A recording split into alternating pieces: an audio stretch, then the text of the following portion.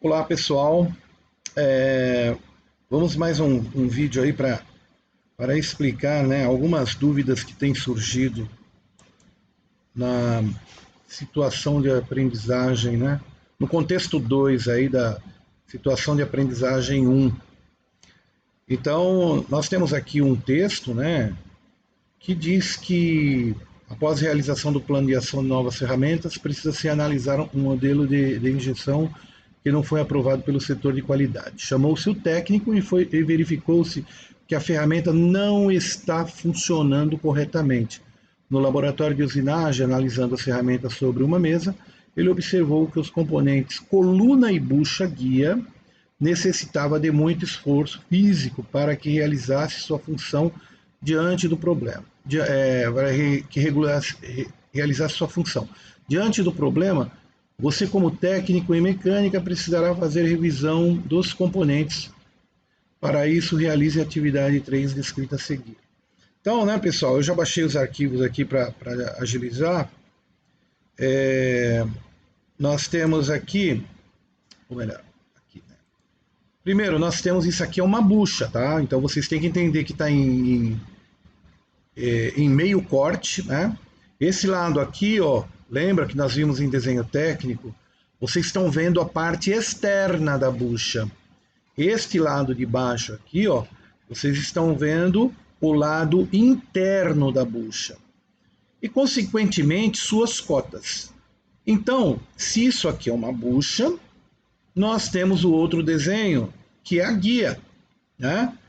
Essa guia, na verdade, coluna guia, né? Ela vai trabalhar, olha, veja só o que nós temos em comum, diâmetro de 15 e nós temos um diâmetro de 15, tá bom?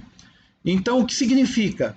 Que esta coluna, exatamente esse diâmetro, tem que trabalhar dentro desta bucha. Percebam, pessoal? Aqui está numa escala diferente, tá? Está numa escala aí de 5 por 1. Então, por isso que às vezes pode confundir, né? Mas olha, aqui, ó, a escala tá em 1 por 1, a escala, tá? Então aqui está em tamanho natural e aqui está ampliado, tá bom? Aquela coluna trabalha aqui dentro. E o problema diz que não está funcionando corretamente. Como que o técnico, ao colocar isso à mesa, ele começa a avaliar? Vocês lembram que vocês fizeram um exercício de tolerância e ajuste, afastamento superior, afastamento inferior, que foi comentado que os eixos e buchas possuem tolerâncias padronizadas? Muito bem. Então a gente tem que atentar para isso, né?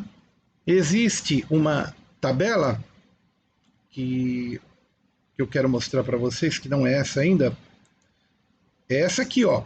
Essa tabelinha que eu quero mostrar para vocês aqui, ó.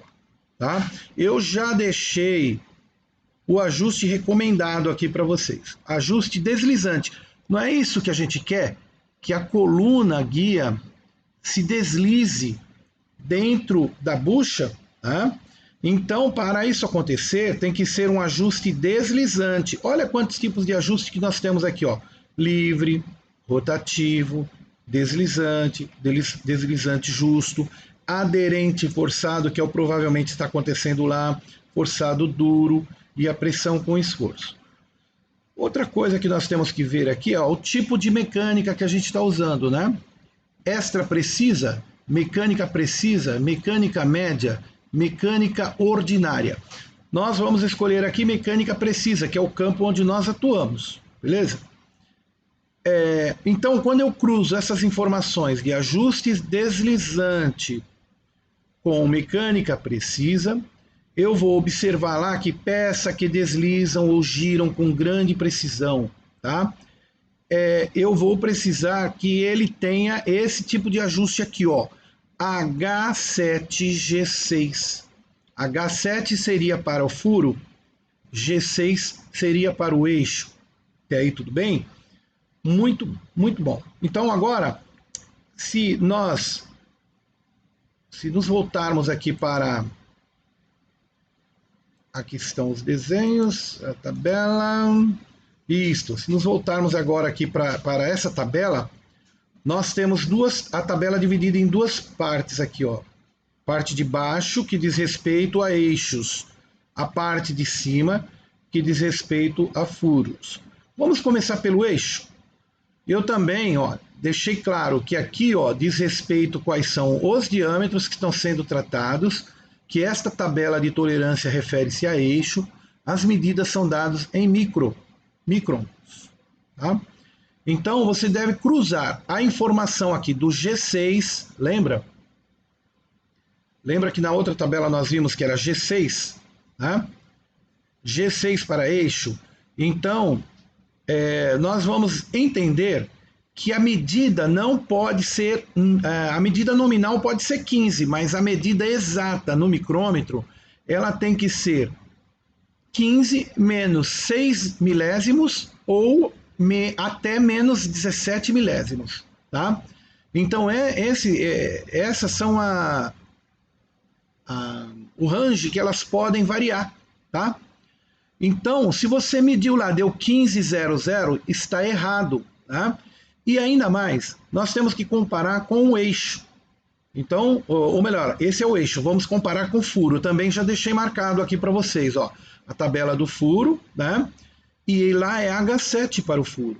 Então, se você observar que o eixo nosso está entre 10 e 18 milímetros, né, que aqui diz respeito ao diâmetro, eu tenho que cruzar H7 com esta tolerância. Logo, a bucha lá, o furo, né, ele tem que ter, se ele tiver 15,000, está certo, tá? Mas ele ainda pode variar até 15,018, tá? 18 milésimos. Então, qualquer medida que tiver entre 15 e 15,018 está correto. Provavelmente, pela cota que está lá, está correto. Mas a mesma cota que está no eixo tem a mesma medida. Então, esse tipo de ajuste, medida com medida, que a gente chama, medida no eixo, medida na bucha, normalmente ele tende a ser um ajuste interferente, tá? Um ajuste ruim para quem quer um ajuste deslizante. Bom, diante desses fatos, o que você tem que analisar? Que existe uma situação aí que tem que haver um retrabalho. O que é um retrabalho? Voltar esse eixo para uma máquina, e agora eu não posso pôr isso no torno, eu preciso tirar milésimos, né? Eu tenho que levar isso para escolher uma máquina. Qual é a máquina? Uma retífica. E aí sim fazer com que essa medida tenha, né, entre dentro dessa tolerância aqui, ó, tá? Ou seja, eu vou retirar material de forma coordenada, paralelinho, bonitinho, tá? De forma que a medida atenda essa solicitação aqui. Medida nominal 15, mas nunca vai ser 15, tá? Vai ser 14 alguma coisa, só vocês fazerem a conta aí, né? Não vou dar tudo mastigado para vocês aí, tá? Então vocês vão fazer a continha igual o exercício lá da SA1 que vocês fizeram lá. Vocês vão chegar à conclusão qual é a medida correta. Montando com a medida, usinando a peça com a medida correta, este